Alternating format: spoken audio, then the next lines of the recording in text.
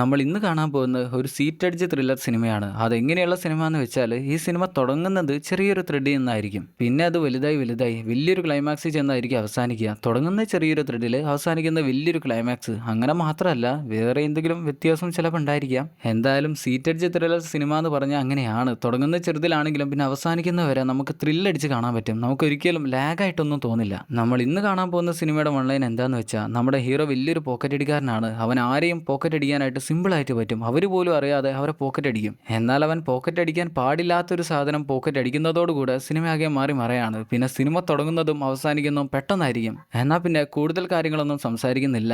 2012 release ചെയ്ത ബാസ്റ്റിൽ day എന്ന സിനിമയുടെ കഥ കേൾക്കാം.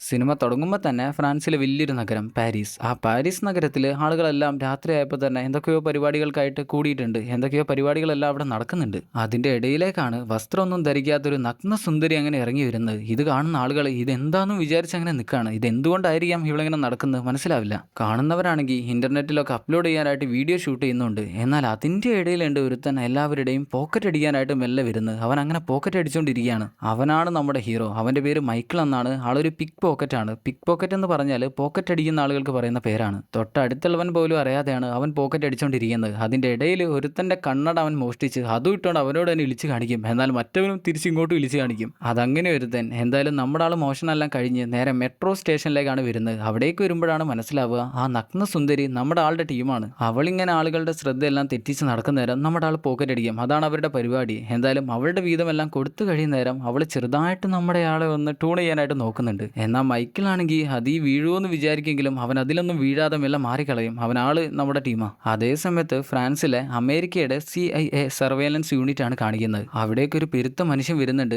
അങ്ങനെ അമേരിക്കയിൽ നിന്നും ഫ്രാൻസിലേക്ക് ഇപ്പോൾ വന്നതാണ്. അമേരിക്കയുടെ സർവൈലൻസ് യൂണിറ്റിലേക്ക് വന്നതാണ്. ആള് വിചാരിച്ച പോലെയല്ല. ഫാത്തിമ സന എന്നൊരു സ്ത്രീയെ വിവാഹം കഴിച്ച് 2 വർഷത്തോളം അവളുടെ വിശ്വാസമെല്ലാം പിടിച്ചു പറ്റി ഒരു വലിയ ഭീകരവാദ ടീമിനെ തന്നെ അങ്ങേര് പിടിച്ചിട്ടുണ്ട്. എന്തായാലും അങ്ങേര് ഇപ്പോൾ ഫ്രാൻസിലേക്ക് വരുന്നതും എന്തോ വലിയൊരു മിഷൻ ചെയ്തു തീർക്കാനാണ്. എന്തായാലും ആ മിഷൻ എന്താണെന്ന് നമുക്കിപ്പോൾ അറിയില്ല. കുറച്ച് കഴിഞ്ഞാൽ ചിലപ്പോൾ അറിയായിരിക്കും എന്ന് വിചാരിക്കാം. ഇതേ സമയത്ത് മറ്റൊരു സ്ഥലത്ത് ഒരു പാവം ഭർത്താവ്, സ്നേഹനിധിയായിട്ടുള്ളൊരു ഭർത്താവ് സ്വന്തം ഭാര്യയുടെ കയ്യിൽ ഒരു പാവയുടെ ഉള്ളിൽ ബോംബ് വെച്ചുകൊണ്ട് അവളോട് എവിടെയോ കൊണ്ടുപോയി വെക്കാനായിട്ട് പറയാണ്. അതിന് അവൾ പറയും, ചേട്ടായി എനിക്കിത് ചെയ്യാൻ പറ്റില്ല, എന്നെക്കൊണ്ട് ഇതിന് പറ്റില്ല. അതിനാണെങ്കിൽ കെട്ടിയും സമ്മതിക്കുന്നില്ല, നീ ഇത് ചെയ്തേ പറ്റൂന്ന് പറഞ്ഞുകൊണ്ടിരിക്കുകയാണ്. ഇവിടെ പോക്കറ്റടിയെല്ലാം കഴിഞ്ഞ് നമ്മുടെ ആള് കട്ട സാധനങ്ങളെല്ലാം വിൽക്കാനായിട്ട് ഒരു ബാബയുടെ അടുത്തേക്കാണ് വരുന്നത്. ഈ ബാബയാണ് നമ്മുടെ ആൾ കക്കുന്ന സാധനങ്ങളെല്ലാം വാങ്ങി വെക്കുന്ന ആള്. അങ്ങനെയാണെങ്കിൽ അവനോട് 2 ഡ്യൂപ്ലിക്കേറ്റ് ജാപ്പനീസ് പാസ്പോർട്ട് കിട്ടുമെന്ന് അവനോട് ചോദിച്ചിരുന്നു. നമ്മുടെ ആളാണെങ്കിൽ എന്തിനാ അതുപോലെ ഒരെണ്ണം അതെന്നെ അടിച്ചിട്ടില്ല എന്ന് പറഞ്ഞുകൊണ്ട് 2 ജാപ്പനീസ് പാസ്പോർട്ടുമായിട്ടാണ് ചെല്ലുന്നത്. എന്തായാലും അങ്ങേർക്ക് അതെല്ലാം ഇഷ്ടപ്പെട്ടു. അങ്ങേര് അവൻ്റെ കയ്യിലേക്ക് 900 യൂറോ ആണ് വെച്ച് കൊടുക്കുന്നത്. 900 യൂറോ എന്ന് വെച്ചാൽ നമ്മുടെ നാട്ടിൽ 85,000 രൂപയ്ക്ക് മേലെ വരും. ഇതേ സമയത്ത് പാവക്കുള്ളിൽ ബോംബ് വെച്ച പെണ്ണില്ലായിരുന്നോ, അവൾ ആ ബോംബും ഒരു കവറിലിട്ട് മഞ്ഞ വിഗും വെച്ച് ഫ്രഞ്ച് നാഷണലിസ്റ്റ് പാർട്ടിയുടെ ഹെഡ് ക്വാർട്ടേഴ്സിലേക്കാണ് വരുന്നത്. അതിൻ്റെ അകത്തേക്ക് കയറി ചെല്ലുന്ന നേരം ഒരു സെക്യൂരിറ്റി എല്ലാം അവിടെ നോക്കി നിൽക്കാനായിട്ടുണ്ട്. എന്തായാലും നമ്മുടെ പെണ്ണൊന്ന് ചിരിച്ച് കാണിച്ചു കൊടുക്കുന്ന നേരം അവൻ എന്നാൽ പിന്നെ അവളെ പോയിക്കോട്ടെ എന്ന് വിചാരിക്കാം. അങ്ങനെ അവൾ നേരെ മേലെയുള്ള നിലയിലേക്കാണ് വരുന്നത്. അവിടെ ഒരു മൂലക്കലായിട്ട് ആ ബോംബ് മെല്ലെ വെക്കാനായിട്ട് വിചാരിക്കുമ്പോഴാണ് അവിടെയുള്ള ക്ലീനിങ് സ്റ്റാഫുകളെല്ലാം അങ്ങോട്ട് വരുന്നത്. എന്നാൽ ഇനി അവിടെ വെച്ചാൽ ഇത് പ്രശ്നമാവുമെന്ന് മനസ്സിലാവുന്ന അവൾ മെല്ലെ തിരിച്ച് താഴേക്ക് തന്നെ ഇറങ്ങി വരും. തൊട്ടടുത്തുണ്ടായിരുന്ന ഒരു കവലയിലേക്ക് ചെന്ന് അവിടുന്ന് കെട്ടിയവനെ വിളിച്ച് പറയും, നീ എന്താ പറഞ്ഞേ, അവിടെ ആരും ഇല്ലാന്നല്ലായിരുന്നോ, അവിടെ ഇഷ്ടംപോലെ ആളുകളുണ്ട്, അവിടെ എംറ്റി അല്ല, എനിക്ക് പേടിയാവുന്നുണ്ട്, ഞാൻ ഈ ബോംബ് തൊട്ടടുത്തുള്ള പുഴയിലേക്ക് എറിഞ്ഞ് ഞാൻ ഇവിടുന്ന് പോകും. അതിനവൻ പറയും, മോളൂസേ അങ്ങനെയൊന്നും ചെയ്യല്ല, നീ അവിടെ തന്നെ നിൽക്ക്, ഞാൻ ഇപ്പം തന്നെ അങ്ങോട്ട് വരാമെന്ന് പറയും. അന്നേരം അവൾ മഞ്ഞ വിഗം ആ കവറിലിട്ട് ആ കവറും തൊട്ടടുത്ത് വെച്ച് അവൾ ടെൻഷനിൽ അവിടെ ഇരിക്കുകയാണ്. എന്നാൽ ദൂരെ നിന്ന് നമ്മുടെ ഹീറോ മൈക്കിൾ ഇതെല്ലാം കാണുന്നുണ്ട്. അവൻ്റെ കണ്ണാണെങ്കിൽ അവളുടെ കവറിലേക്കാണ്. അതെങ്ങനെയും പൊക്കണം എന്നാണ് അവൻ വിചാരിക്കുന്നത്. അങ്ങനെ മെല്ലെ നടന്ന് അവളുടെ അടുത്തെത്തി ഒന്ന് തിരിഞ്ഞ് അതിലേ പോകുന്ന നേരം പിന്നെ ആ കവർ അവിടെ കാണുന്നില്ല. അവൻ അതും കട്ടാണ് പോയിരിക്കുന്നത്. ഇതേ സമയത്ത് അവളുടെ കെട്ടിയവനാണെങ്കിൽ ഒരു കാറിൽ ഒരു കള്ളിത്താടിയുടെ കൂടെയാണ് ഇരിക്കുന്നത്. കള്ളിത്താടി ചോദിക്കുന്നുണ്ട് എന്താ അവളുടെ പ്രശ്നം. അത് അവൾക്ക് അവിടെ വെക്കാൻ പറ്റില്ല, എന്തായാലും നമ്മളത് പോയിട്ട് തിരിച്ചെടുക്കുക എന്ന് പറയുന്ന നേരം അവരാകെ ടെൻഷൻ ആവുന്നുണ്ട്. അവർ ഇന്ന് എന്തോ ഒരു പൊട്ടിത്തെറി വിചാരിച്ചതാണ്. അവരുടെ കണക്കൂട്ടലെല്ലാം ചെറുതായിട്ടൊന്ന് തെറ്റി.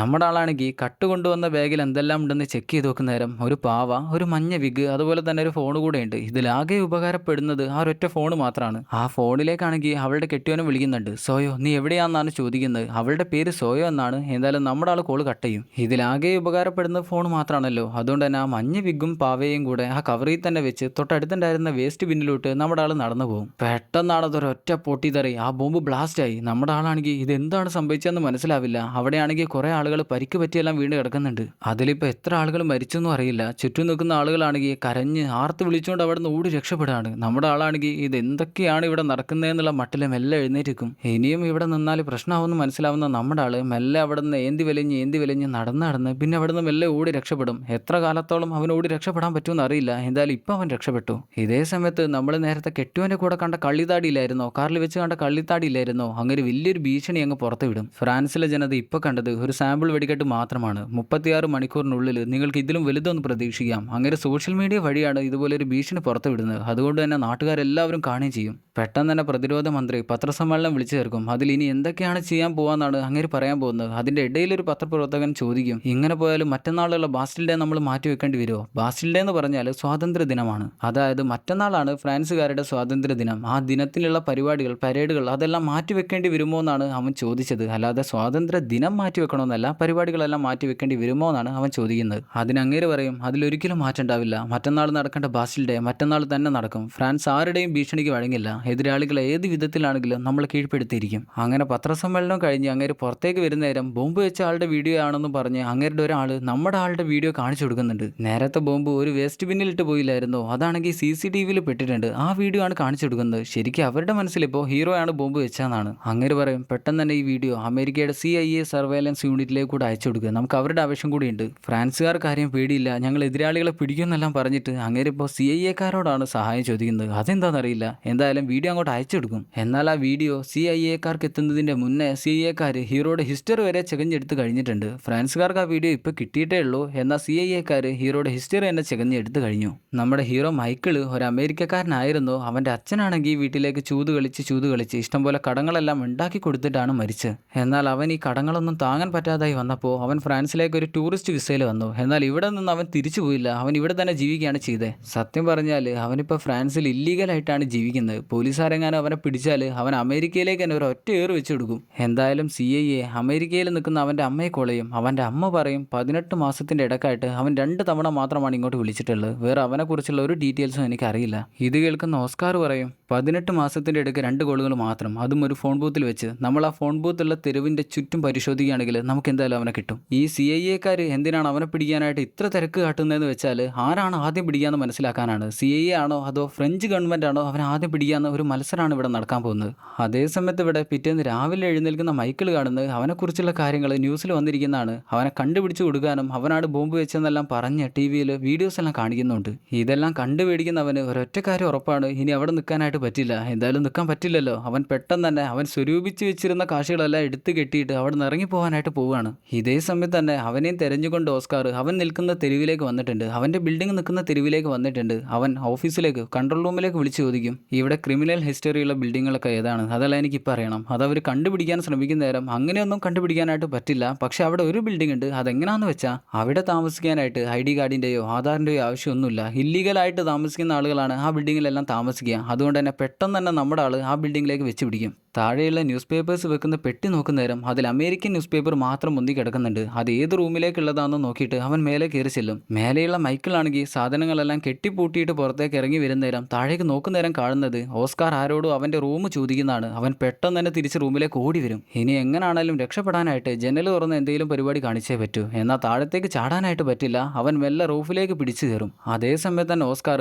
അവൻ്റെ റൂമും തെരഞ്ഞ് അവൻ്റെ റൂമിൻ്റെ മുന്നിൽ എത്തിയിട്ടുണ്ട്. വാതിൽ മുട്ടാനായിട്ട് പോകുമ്പോഴാണ് റൂഫിൽ കൂടെ പോകുന്ന നമ്മുടെ മൈക്കിൾ താഴേക്ക് വീഴുന്നത്. എന്നാൽ ആ ശബ്ദം കേട്ട് ജനലിൽ കൂടെ നോക്കുന്ന ഓസ്കാർ അവനെയാണ് കാണുന്നത്. പെട്ടെന്ന് തന്നെ നമ്മുടെ ആൾ അവിടുന്ന് ഓടി രക്ഷപ്പെടാനായിട്ട് നോക്കും. എന്നാൽ ഓസ്കാർ അവൻ്റെ റൂമും കുത്തി പൊളിച്ചുകൊണ്ട് അവിടേക്ക് ഗണ്ണും വെച്ച് കയറി വരും. ഉള്ളിൽ ആരും ഇല്ലാന്ന് മനസ്സിലാക്കുന്ന നേരം ജനലും തുറന്നുകൊണ്ട് റൂഫ് ടോപ്പിൽ കൂടെ അവനെ പിടിക്കാനായിട്ട് ഓടുകയാണ്. അവനാണെങ്കിൽ എങ്ങനെയൊക്കെയോ ഓടി രക്ഷപ്പെടാനായിട്ട് ശ്രമിക്കുകയാണ്. ഈ ഓസ്കാർ ആണെങ്കിൽ വലിയൊരു മനുഷ്യനാണെങ്കിലും അവന് റൂഫിൽ കൂടെ ഓടാനൊന്നും വലിയ പ്രശ്നമൊന്നുമില്ല. അവൻ സുഖമായിട്ട് ഫോളോ ചെയ്ത് വരുന്നുണ്ട്. ഇത് കണ്ട് പേടിക്കുന്ന നമ്മുടെ ആൾ പെട്ടെന്ന് കാല് തെറ്റിയിട്ട് താഴേക്ക് വീണു പോകും. എന്നിരുന്നാലും അവിടെ നിന്ന് ചാടി പഠിച്ച് എഴുന്നേറ്റ് ഒരു ഫ്ലോയിലൊരു റൂഫ് ചാടി താഴേക്ക് പോകുമ്പോഴാണ് അവിടെ തൊമ്പാണ്, അവിടേക്ക് തറ്റമാണ്. ഇതിലേതും നിങ്ങൾക്ക് തിരഞ്ഞെടുക്കാം. പെട്ടെന്ന് തന്നെ തിരിച്ചു കയറി ആ റൂഫിലുണ്ടായിരുന്ന ഒരു ഹോളി കൂടെ താഴെ ഏതോ ഒരു തന്റെ വീട്ടിലേക്ക് ചാടും. എന്നാൽ തൊട്ടു പിന്നാലെ തന്നെ ഓസ്കാറും ചാടി വന്നവനെ പിടിക്കും. വീട്ടുകാരനാണെങ്കിൽ നിങ്ങൾ എൻ്റെ വീട്ടിൽ വെച്ച് എന്താണോ കാണിക്കുന്നതെന്ന് പറഞ്ഞ് ഓസ്കാറിനെ പിടിച്ചു വലിക്കുകയാണ്. ഓസ്കാറിന്റെ ദേഷ്യം വന്ന് അവനെ ഒരു ഒറ്റ അടി കൊടുക്കുന്നതിൻ്റെ ഇടയിൽ നമ്മുടെ ഹീറോ അവിടെ നിന്ന് ഓടി രക്ഷപ്പെടും. നമ്മുടെ ഹീറോ ആണെങ്കിൽ അവിടെയുള്ള വഴികളെല്ലാം അരച്ചു കുടിച്ചതായതുകൊണ്ട് തന്നെ അവിടെയുള്ള ഓരോ വഴികളും താണ്ടി ഏതോ ഒരു വലിയ മാർക്കറ്റിലേക്കാണ് ചെന്ന് ചാടുക. പിന്നാലെ തന്നെ പിടിക്കാനായിട്ട് ആ മാർക്കറ്റിന്റെ ഉള്ളിൽ കൂടെ പുറത്തേക്ക് ഓടി വരുന്ന ഓസ്കാറിനെ പിന്നെ ഹീറോയെ കണ്ടുപിടിക്കാൻ പറ്റില്ല. നമ്മുടെ ആളാണെങ്കിൽ അവിടെ നിന്ന് ഒരു ജാക്കറ്റും മെല്ലെ കോച്ചിട്ട് ഏതോ ഒരുത്തനോട് ചിരിയും പാസ്സാക്കി അവൻ്റെ ബൈക്കിൻ്റെ ചാവിയും എടുത്ത് ആ ബൈക്കിൽ കയറി അവൻ്റെ ഹെൽമെറ്റ് വിട്ട് ഓസ്കാറിൻ്റെ മുന്നിൽ കൂടെ തന്നെ രക്ഷപ്പെടാനായിട്ട് വിചാരിക്കുകയാണ്. അവൻ്റെ മുന്നിൽ കൂടെ പോകാനേ വഴിയുള്ളൂ. എന്നിട്ട് ഒന്നും അറിയാത്തവനെ പോലെ ഓസ്കാറിനെ പാസ് ചെയ്തുകൊണ്ട് അവിടെ നിന്ന് പോകുന്ന നേരം ഓസ്കാർ ഒരൊറ്റ ഇടിയാണ് നെഞ്ചത്ത് അടിയും കൊണ്ട് അവൻ തെറിച്ച് താഴെ വീഴും. ഇതേ സമയത്താണെങ്കിൽ ആ പൂച്ചക്കണ്ണുകാരി പെണ്ണ് സോയയില്ലായിരുന്നോ, അവളാണെങ്കിൽ വീട്ടിൽ വെച്ച് ഭർത്താവിൻ്റെ അടുത്തിരുന്ന് കരച്ചിലോട് കരച്ചിലാണ്. അവൾ ന്യൂസിൽ ആളുകളെല്ലാം മരിച്ചത് കാണുന്നുണ്ട്. ഞാൻ ഒരൊറ്റ ഒരുത്തി കാരണമാണല്ലോ ഇതെല്ലാം സംഭവിച്ചതെന്ന് പറഞ്ഞ് കരഞ്ഞുകൊണ്ടിരിക്കുമ്പോഴാണ് അങ്ങോട്ട് കള്ളിത്താടിയും അവൻ്റെ ടീമുകളും വരുന്നത്. ഇത് കാണുന്ന കെട്ടിയോനെ മനസ്സിലായി കെട്ടിയോള് അല്ല ഭാര്യ ഇപ്പം മരിക്കാൻ പോവാണെന്ന്. പെട്ടെന്ന് തന്നെ ഒരു ബാഗ് എടുത്ത് അവളുടെ കയ്യിൽ കൊടുത്ത് പിന്നിലൂടെയുള്ള വഴിയിൽ കൂടെ അവളെ ഇറക്കി വിടും. അവർ നിന്നെ കൊല്ലാനായിട്ട് വരികയാണ്, പെട്ടെന്ന് തന്നെ ഓടി രക്ഷപ്പെട്ടോ എന്ന് പറയും. അങ്ങനെ അവൾ താഴേക്ക് ഓടി വന്ന് ഒരു സ്ഥലത്ത് ഒളിച്ചു നിൽക്കും. പറയാൻ പറ്റില്ലല്ലോ, അവരിൽ ഏതെങ്കിലും ഒരുത്തം താഴെ ഉണ്ടെങ്കിലോ. അങ്ങനെ അവസാനത്തവനും അതിലൂടെ നടന്ന് മേലെ കയറി പോകുന്ന നേരം അവൾ അവിടെ നിന്ന് ഇറങ്ങി പുറത്തേക്ക് ഓടിപ്പോവും. അവൾ എങ്ങോട്ടാണെന്നറിയില്ല, എങ്ങോട്ടായാലും അവൾ ഓടിപ്പോവും. ഇതേ സമയത്ത് ഓസ്കാർ അറസ്റ്റ് ചെയ്ത് കൊണ്ടുവന്ന നമ്മുടെ ഹീറോയെ ഏതോ ഒരു റൂമിലിട്ട് ചോദ്യം ചെയ്യാണ്. ആരാണ് നിന്നോട് ഈ പരിപാടിയെല്ലാം ചെയ്യാൻ പറഞ്ഞത്, നീ എന്തിനാണ് അവിടെ ബോംബ് വെച്ചത്, ഇതെല്ലാമാണ് ചോദിക്കുന്നത്. എന്നാൽ നമ്മുടെ ആൾ പറയും, സാറേ ഞാനൊരു പിക്ക് പോക്കറ്റാണ്, ഞാൻ ബോംബ് വെക്കാനൊന്നും വിചാരിച്ചിട്ടില്ല, ഞാൻ ഏതോ ഒരു കവർ കട്ടെടുത്ത് കൊണ്ടുവന്നു, അതിൽ ബോംബ് ഉണ്ടെന്നുള്ള കാര്യമൊന്നും എനിക്ക് അറിയില്ലായിരുന്നു, അതും ഏതോ ഒരു വിഗ് വെച്ച പെണ്ണിൻ്റെ ബാഗായിരുന്നു, അതിൽ നിന്ന് എനിക്കൊരു ഫോൺ മാത്രമാണ് കിട്ടിയത്, പിന്നെ ഒരു പാവയും പിന്നെ ഒരു വിഗും അതിലുണ്ടായിരുന്നു, അത് മാത്രം ഞാൻ ആ വേസ്റ്റ് ബാസ്ക്കറ്റിലിട്ടു, വേറൊന്നും എനിക്കറിയില്ല. എന്നിട്ട് ആ ഫോൺ ഓസ്കാറിൻ്റെ കയ്യിലേക്ക് വെച്ച് കൊടുക്കുന്ന നേരം ഓസ്കാർ പറയും, ഞാൻ അവിടെ വന്ന് അവിടെയുള്ള ക്യാമറ എല്ലാം ചെക്ക് ചെയ്ത് നോക്കും, നീ പറഞ്ഞ പെണ്ണും നീ പറഞ്ഞ ആ ബാഗും നീ കട്ടെടുക്കുന്ന ഒന്നുമില്ലെങ്കിൽ ഞാൻ നിന്നെ അറസ്റ്റ് ചെയ്യും, നിന്നെ കൊന്നുകളയും. നമ്മുടെ ആൾ പറയും, നിങ്ങളത് നോക്കിയിട്ട് കാര്യമില്ല, കാരണം ഞാൻ ക്യാമറ ഇല്ലാത്ത സ്ഥലങ്ങൾ ബ്ലൈൻഡ് സ്പോട്ടിൽ വെച്ചാണ് ഈ മോഷണങ്ങളെല്ലാം നടത്താറ്. എന്നാൽ ഓസ്കാറിന് ഇതൊന്നും അങ്ങനെ അങ്ങ് വിശ്വസിക്കാനായിട്ട് പറ്റില്ല. ഇവനൊരു പിക്ക് പോക്കറ്റ് ആണെന്നുള്ളതെങ്കിലും ഒന്ന് തെളിയിക്കണ്ടേ. എന്നാൽ നീ എൻ്റെ പേഴ്സ് ഒന്ന് പോക്കറ്റ് അടിക്കുമെന്ന് പറഞ്ഞ് അവൻ്റെ കയ്യിലെ വിലങ്ങ് കെട്ടൂരി കൊടുക്കും. നിങ്ങൾ ഇങ്ങനെ പറഞ്ഞാലൊന്നും എനിക്ക് ചെയ്യാൻ പറ്റില്ല എന്ന് നമ്മുടെ ആൾ പറയുന്നുണ്ടെങ്കിലും മെല്ലെ എഴുന്നേറ്റ് വന്ന് ഓസ്കാറിൻ്റെ മുന്നിൽ ചെന്ന് അവൻ്റെ പെയിൻറ്റിന് ഒരു തട്ട് ഒരു മുട്ട് എന്നിട്ട് അവൻ്റെ പിന്നിലേക്ക് ചെന്ന് നിൽക്കും. ഓസ്കാർ പറയും, അതിന് എൻ്റെ പേഴ്സ് ഇപ്പോഴും എൻ്റെ പോക്കറ്റിൽ തന്നെ ഉണ്ടല്ലോ. എന്നാൽ നമ്മുടെ ആൾ പറയും, എന്നാൽ ആ പേഴ്സ് ഒന്ന് തുറന്നു നോക്ക്. ആ പേഴ്സ് തുറന്നു നോക്കുമ്പോഴാണ് മനസ്സിലാവുക അതിൽ ആ പൈസ ഇല്ല. ശരിക്കും നമ്മുടെ ആൾ ആ പേഴ്സ് എടുത്ത് അതിലുള്ള കാശ് എടുത്ത് ആ പേഴ്സ് തിരിച്ച് അവിടെ തന്നെ വെക്കുകയാണ് ചെയ്തത്. ഇവൻ ഇത്രയും പെരിയ കള്ളനാണെന്ന് മനസ്സിലാവുന്ന നേരം ഓസ്കാർ ഏറെക്കുറെ ഇവനൊരു കള്ളനാണെന്നുള്ള കാര്യം ഉറപ്പിക്കും. എന്നിരുന്നാലും അവനെ വീണ്ടും കസാരയിലേക്ക് കെട്ടിയിടാനായിട്ട് കൊണ്ടുപോകുന്ന നേരം അവൻ ആ ടേബിളിലുണ്ടായിരുന്ന ഒരു കത്തി മെല്ലെ എടുത്ത് കീശയിലാക്കി വെക്കുന്നുണ്ട്. എന്നാൽ പെട്ടെന്നാണ് പുറത്തുനിന്നാറോ ബെല്ലടിക്കുന്നത്. ഓസ്കാർ അവിടെ ഉണ്ടായിരുന്ന സീക്രട്ട് ഡോറെല്ലാം തുറന്ന് മെല്ലെ പുറത്തേക്ക് ഇറങ്ങി വന്ന് വാതിൽ തുറന്ന് നോക്കുന്ന നേരം നേരത്തെ ഉണ്ടായിരുന്ന കള്ളിത്താടി ഇല്ലായിരുന്നോ ബോംബ് വെക്കലിൻ്റെ ആശാൻ, അങ്ങേരാണ് ബെല്ലടിച്ചിട്ടുള്ളത്.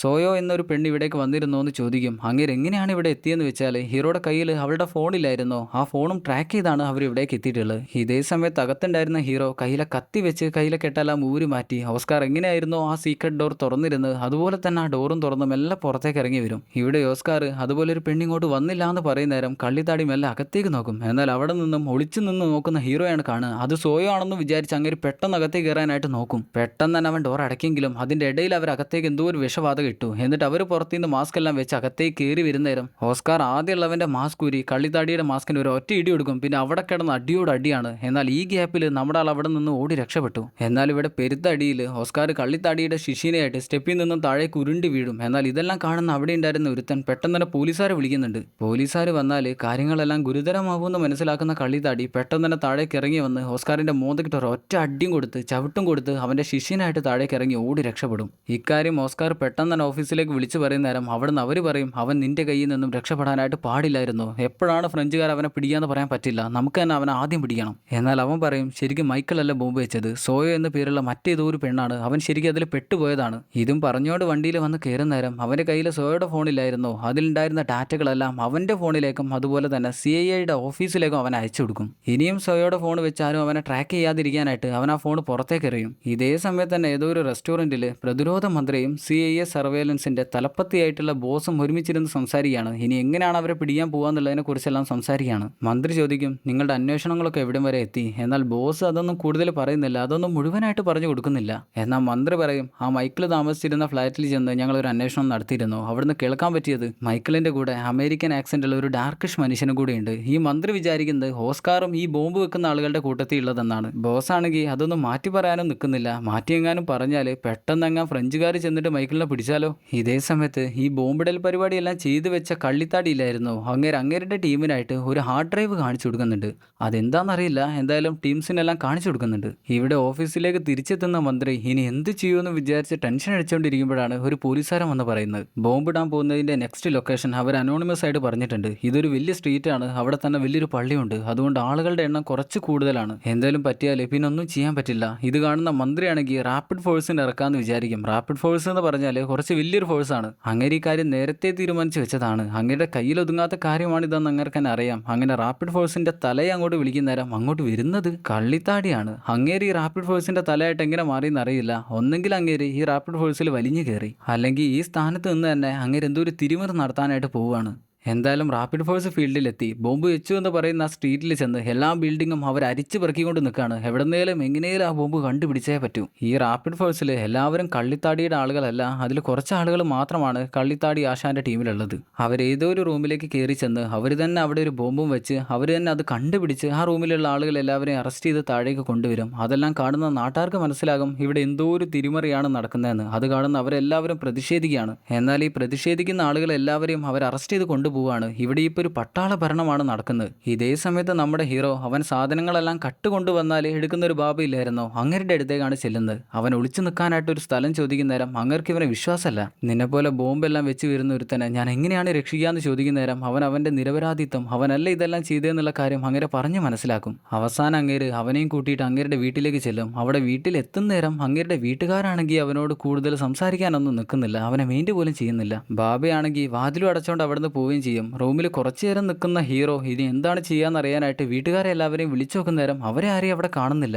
എന്താന്ന് മനസ്സിലാവാതെ ബാബയെ കാണാനായിട്ട് അവൻ റൂം തുറക്കാൻ നോക്കുമ്പോഴാണ് മനസ്സിലാവുക റൂം ലോക്ക് ചെയ്ത് വെച്ചിരിക്കുകയാണ്. എല്ലാ റൂമുകളും ലോക്ക് ചെയ്ത് വെച്ചിരിക്കുകയാണ്. ഇത് എന്തോ ഒരു ട്രാപ്പാണെന്നുള്ള കാര്യം അവന് മനസ്സിലാകും. അവൻ ജനലിൽ കൂടെ പുറത്തേക്ക് നോക്കുന്ന നേരം കാണുന്നത് റാപ്പിഡ് ഫോഴ്സ് ഇങ്ങോട്ട് കയറി വരുന്നതാണ്. അവരെങ്ങാനും ഇങ്ങോട്ട് കയറി വന്ന് അവനെ പിടിച്ചാൽ പിന്നെ അവൻ ജീവിച്ചിരുന്നിട്ട് കാര്യമില്ല. പെട്ടെന്ന് തന്നെ അവിടുന്ന് രക്ഷപ്പെടാനായിട്ടുള്ള വഴികളെല്ലാം അവൻ നോക്കും. അന്നേരമാണ് ചുമരിന്റെ താഴെയായിട്ട് എന്തോ ഒരു പലക കഷ്ണം കാണുന്നത്. അവൻ അത് അടിച്ചു പൊളിക്കുന്ന നേരം പുറത്തേക്ക് ചെറിയൊരു വഴി കാണുന്നുണ്ട്. അവൻ ആ വഴിയിലൂടെ മെല്ലെ പുറത്തേക്ക് ഇറങ്ങിയിട്ട് അതിന്റെ മുന്നിലേക്ക് ഒരു കസാര എടുത്ത് വെക്കും. അപ്പം തന്നെയാണ് റാപ്പിഡ് ഫോഴ്സും ബാബയും കൂടെ റൂമിലേക്ക് കയറി വരുന്നത്. കള്ളിത്താടിയാണെങ്കിൽ നമ്മുടെ ഹീറോയെ കാണാതാവുന്ന നേരം അവൻ എവിടെയെന്ന് ചോദിക്കും. എന്നാൽ അങ്ങേർക്കും അറിയില്ല അവൻ എവിടെ പോയെന്നുള്ള കാര്യം. കള്ളിത്താടി ആശാൻ അങ്ങേരുടെ കിറുക്കിനിട്ട് രണ്ടെണ്ണം കൊടുത്ത് ആ കസാരയിലേക്ക് നോക്കുമ്പോഴാണ് അതിന്റെ തുണി ചെറുതായിട്ടൊന്ന് ആടുന്നത് കാണുക. അത് മാറ്റി നോക്കുമ്പോഴാണ് പുറത്തേക്കൊരു ഹോള്. പെട്ടെന്ന് തന്നെ അതുവഴി പുറത്തേക്ക് നോക്കുമ്പോഴാണ് ഹീറോ അവിടെ നിന്ന് ഓടി രക്ഷപ്പെടുന്നത് കാണുക. എടാ തൊരപ്പാന്നും പറഞ്ഞുകൊണ്ട് അങ്ങേര് പെട്ടെന്ന് തന്നെ പുറത്ത് നിൽക്കുന്ന സ്നൈപ്പേഴ്സിനെല്ലാം ഓർഡർ കൊടുക്കും. പുറത്തെത്തുന്ന ഹീറോ ആണെങ്കിൽ ഒന്നും അറിയാത്തവനെ പോലെ മെല്ലെ ഇങ്ങനെ നടന്ന് പോകുമ്പോഴാണ് നെഞ്ചത്തായിട്ട് ഒരു റെഡ് ഡോട്ട് കാണുന്നത്. എവിടെ നിന്നോ ഒരു സ്നൈപ്പർ അവൻ എയിം ചെയ്യുന്നുണ്ടെന്നുള്ള കാര്യം അവന് മനസ്സിലായി.